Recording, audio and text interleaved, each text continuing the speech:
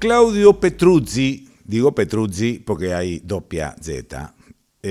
Cuando terminó el colegio secundario, Claudio se inscribió en la Facultad de Farmacia, pero no pudo empezar. Fue enrolado en las filas del ejército rumbo al Atlántico Sur. Nació en Montemaíz. ¿Cómo era Montemaíz cuando naciste? ¿En tu infancia la pasaste ahí o te mudaste de chiquitito? No, tuve una buena infancia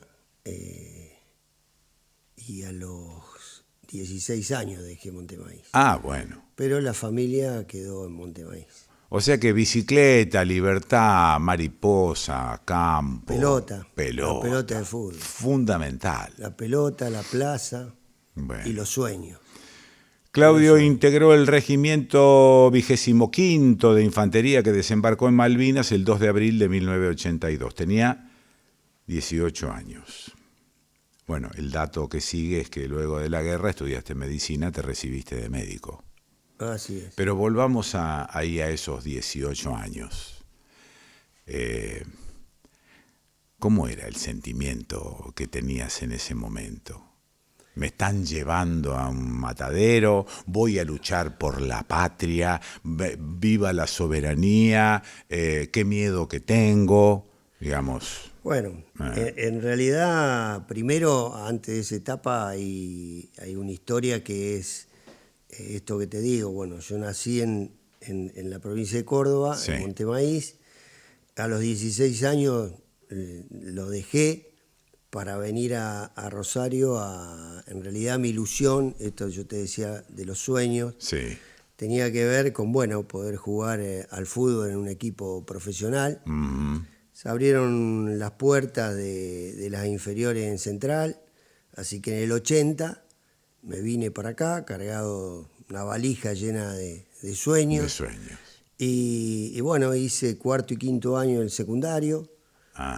Tuve la experiencia de vivir en pensiones, una experiencia realmente muy, muy particular, acompañado de otros pibes de diferentes lugares que también tenían la misma ilusión que yo.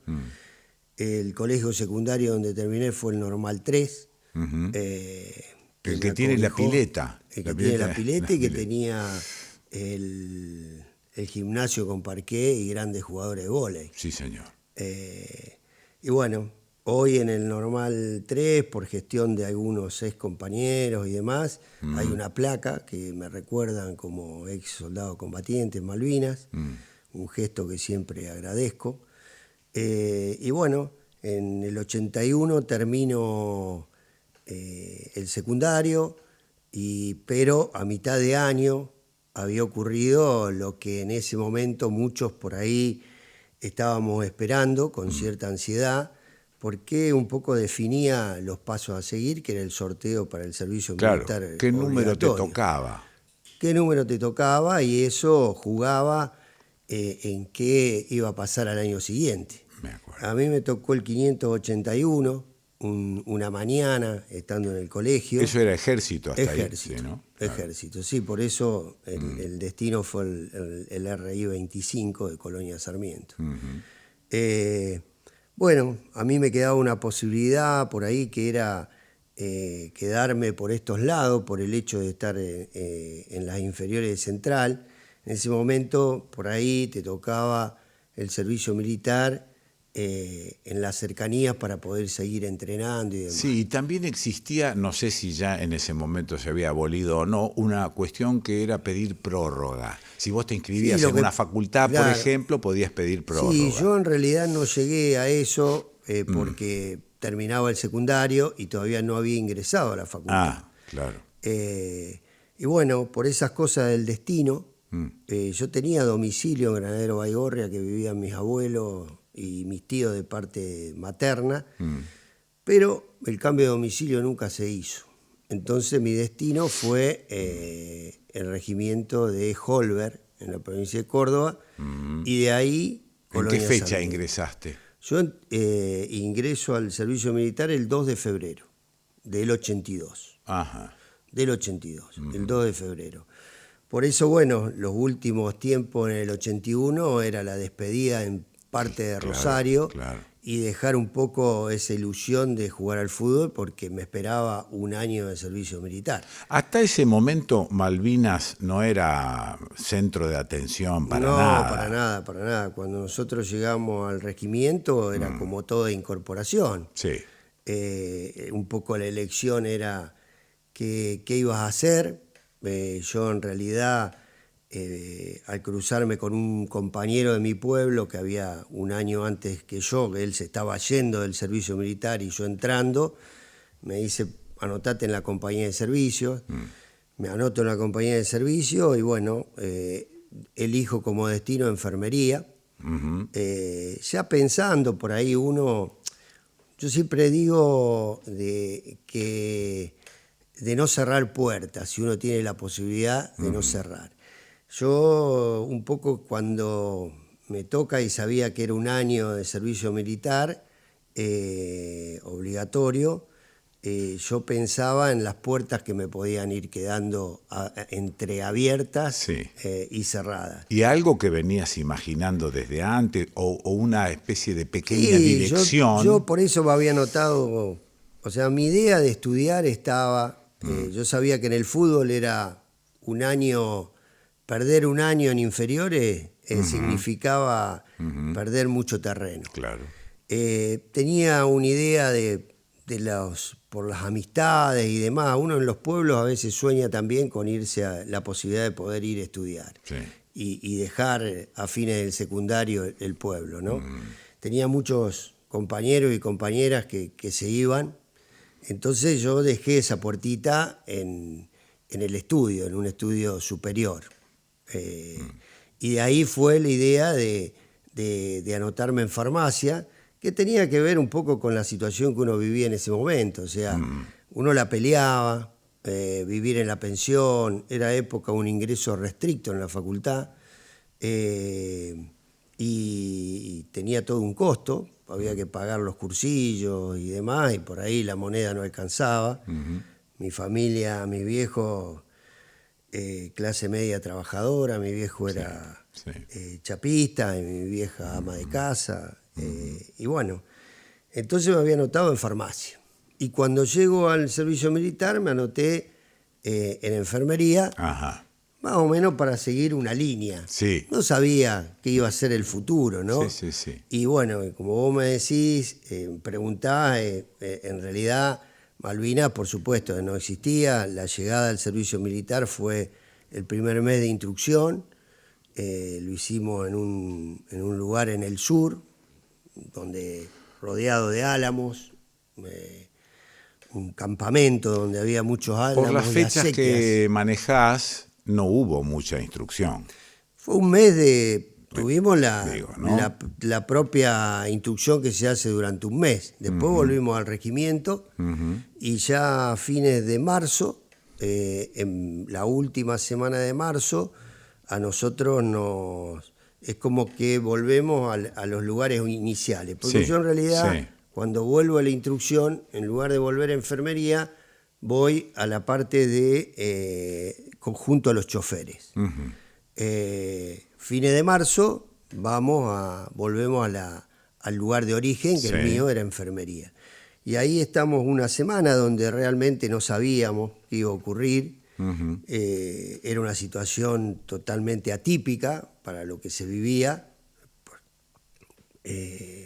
Nos dieron los bolsones, los elementos de rancho y demás. ¿Ya se hablaba de recuperación o nada? No, era totalmente algo. Nosotros no sabíamos si íbamos a ir a una maniobra militar, si se iba a ir a la frontera nuevamente con Chile. Nadie imaginó nada. Por ahí alguien nos tiró algo de Malvinas, pero en realidad fue muy al pasar, en la cual uno no llegaba a imaginarlo.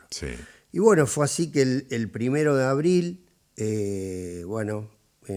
nos suben a unos camiones y de ahí partimos rumbo a Comodoro Rivadavia. Ahí está. Nosotros yo en esto de los choferes, había compañeros que yo no los había dejado de ver en esa última semana. En realidad, cuando llegamos a Comodoro Rivadavia, en la tarde-noche, nos informan que nosotros íbamos a partir para nuestras islas Malvinas porque iban a ser recuperadas y que parte de nuestro regimiento, como así fue, porque las islas son recuperadas por parte del regimiento 25 Infantería e Infantes de Marina. ¿Y qué te pasó en la cabeza en ese momento? ¿Y qué pasó? Bueno, ahí empieza lo que uno nunca se hubiera imaginado, ¿no? Porque hasta ahora... ¿Pero no te invadió un sentimiento patriótico? ¿Vamos a recuperar Malvinas?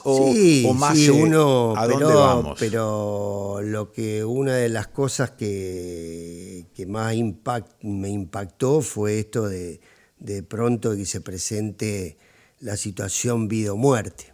Era estar ante... Una cosa era ir a custodiar, una cosa era ir a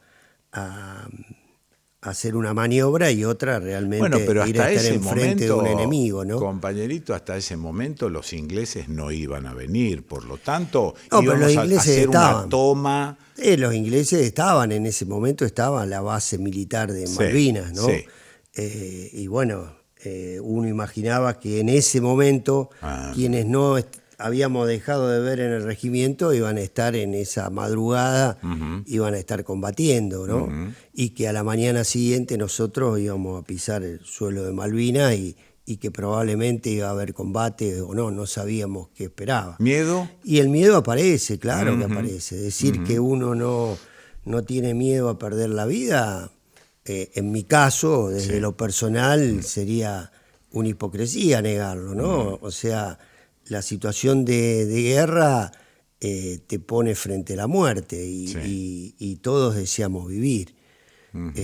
Y sobre todo, bueno, con 18 años y nunca habiendo pensado que de pronto íbamos a estar en una guerra, porque una cosa era pensar un año de servicio militar y otra de repente estar en una situación de guerra. Vamos a soslayar el periodo en que estuviste, digamos, en combate en Malvinas. ¿Qué pasó a la vuelta? ¿Qué pasó cuando volvieron? ¿Cuáles eran tus sentimientos cuando dijeron, bueno, el cese del fuego, que no era otra cosa que, bueno, perdimos la guerra o la batalla? Sí, como nosotros, bueno, el periodo, brevemente te narro el periodo, el estar, ¿no? El estar, yo estuve en la zona del aeropuerto, bueno, como soldado camillero, fue una zona permanentemente bombardeada, tanto el bombardeo aéreo como naval. El primer ataque, el 1 de mayo, ocurre en la zona del aeropuerto y a partir de ahí hasta el último día no dejamos de ser bombardeados. Y bueno, y llegó un momento en el cual se aproximaba el traslado, porque nosotros, si bien se pensaba que el desembarco podía ocurrir en esa zona, nunca ocurrió, pero bueno, empezó a haber movimiento de tropa hacia la defensa de Puerto Argentino.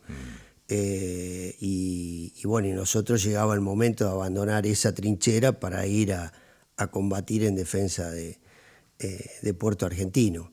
Llegó, bueno, el momento de la rendición y nosotros al día siguiente, o sea, el 15 de junio, fue que tuvimos que entregar como prisioneros de guerra, tuvimos que entregar todo el armamento y quedamos en esa zona como prisioneros. ¿Pensamientos en ese momento, sentimientos? En ese momento, bueno, las noches, eran muchas noches de soledad, de angustia, de ansiedad, de espera del enemigo. Nosotros teníamos de pronto un visor nocturno donde se controlaba la costa y uno esperaba si había un desembarco o no. Y bueno, ahí en ese momento, en esas noches de guardia, de imaginaria, como vos lo quieras llamar, imaginaria era más que nada en el cuartel, ¿no? Pero ahí eran guardias, uno se encontraba con uno mismo, con los recuerdos, con los deseos y bueno, el deseo de volver estaba siempre presente. Pero bueno, la situación cada vez se prolongaba más y la vuelta cada vez estaba más lejos.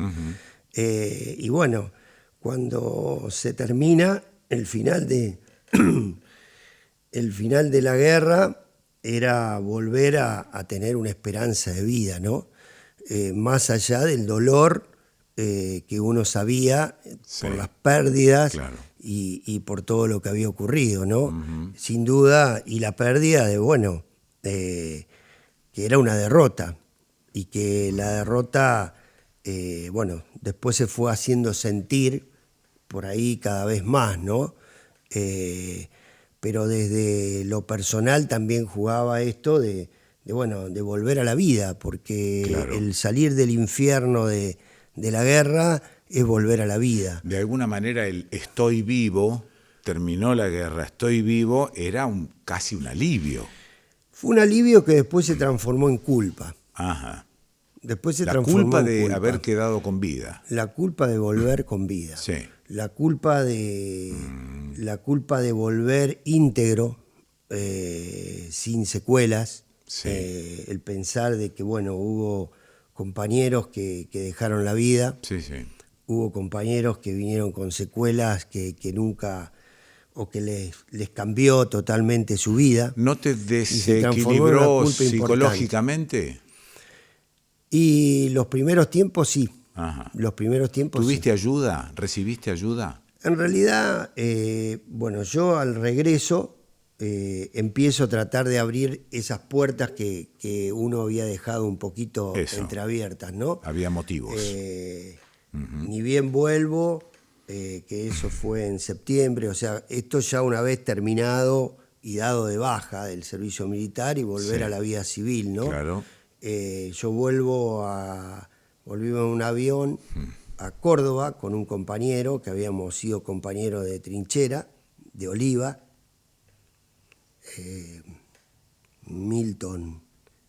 con Milton, que Galíndez, que él ya no está, es uno de los tantos compañeros que ya no están de la posguerra. Y bueno, volvimos con esa intención de anotarnos en medicina. Y bueno, uno empezó a abrir puertas. De todas formas, se abre en Córdoba, no puedo rendir porque no me había anotado previamente, entonces vuelvo a Rosario. Y ahí tomo esto de, bueno, era farmacia, pero lo transformo en medicina. Y tengo la posibilidad, y soy un eterno agradecido, acá que estamos en las instalaciones de la UNR, porque me abrió las puertas para un momento muy importante en mi vida. Claro. En esa época yo te decía que era un ingreso restricto, se transformó en un ingreso irrestricto. Sí, señor. Para todos aquellos que tanto habíamos estado en Malvinas como para los que habían estado bajo bandera. Fue un ingreso en el cual rendimos. Imagínate que había que prepararse 4 meses para rendir y yo me preparé en 2 meses con una cabeza que todavía daba vuelta a Malvinas. Claro. Y bueno, tuve la posibilidad de rendir y un amigo, colega de ustedes que ya no está, lo voy a mencionar porque fue mi amigo de la infancia, Aldo Marinosi, fue el que me avisa. Yo estaba en Montemaíz, me habían dado trabajo en una fábrica, me avisa que el año siguiente, en el 83, íbamos a estar en Rosario estudiando. Ahí está. Y bueno, ese tiempo de trabajo lo traigo en la fábrica. Mi cabeza realmente no paraba porque la culpa de haber vuelto, no me dejaba estar. Pensaba en aquellos compañeros que habían quedado y demás, y por qué yo estaba de vuelta. Y bueno, y fue así que empezar en el 83 la facultad y meterme de lleno en el estudio y demás, Claro, fue una tabla el de cable a salvación, tierra, claro, sí. que necesitaba en ese momento. Y bueno, tal vez lo que hubiera necesitado como un apoyo psicológico y demás, que lo necesitábamos todos. Bueno, para mí la facultad fue un cable a tierra, fue un escape cable a tierra. Totalmente importante para poder llevar una etapa tan dura como fue la de la posguerra, porque es como que nosotros, no era fácil decir que eras un un excombatiente de Malvinas, un ex soldado combatiente, las puertas no se abrían, era difícil, eras uno más, cuando vos en realidad sentías que habías puesto todo lo tuyo, lo más preciado que es la vida, ¿no? En defensa de nuestra soberanía, y de pronto, bueno, eras uno más.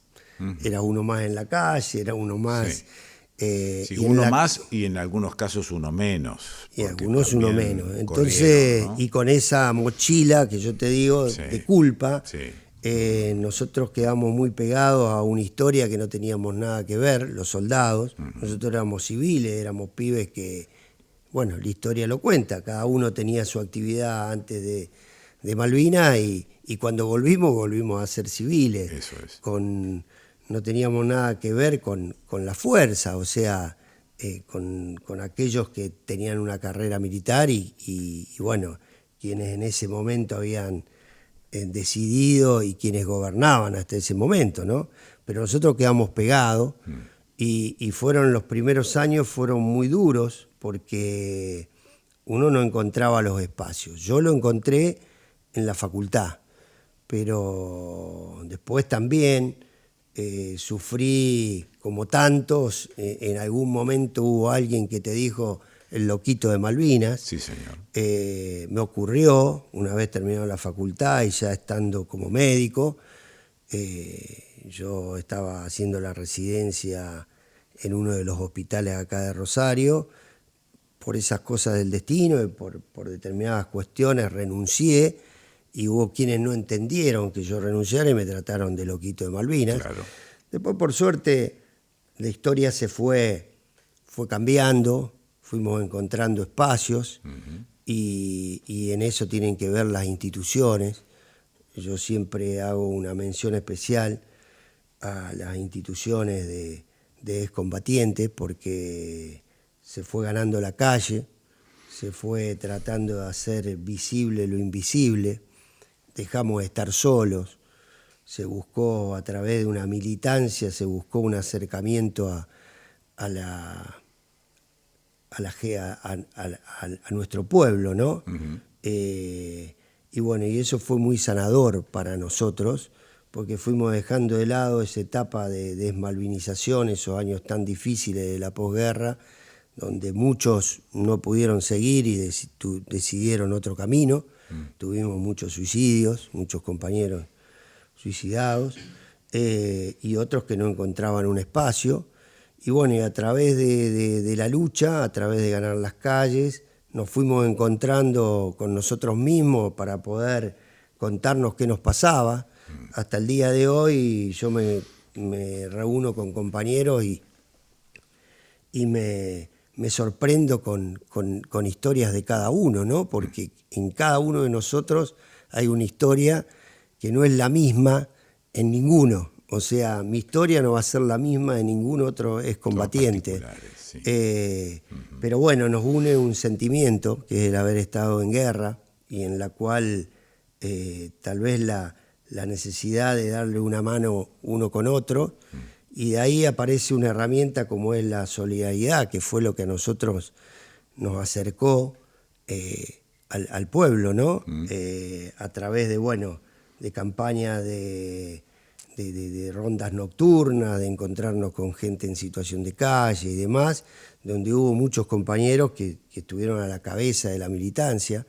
Yo tengo puesto este pin, que para mí es muy especial porque me lo regaló un compañero de muchas luchas, excombatiente, que ya desde hace un año no está, que es Nicómedes Daniel Castillo, y así como él, tantos otros compañeros, Daniel Brito, Abel Paré, Lanche, que lamentablemente en época de pandemia se fueron, pero que fueron compañeros que estuvieron en la lucha. Y bueno, y así llegaron las leyes y llegó esto de sanar y de aliviar un poco esa culpa. Eso. Yo siempre fui un convencido de que todos los veteranos necesitábamos hablar.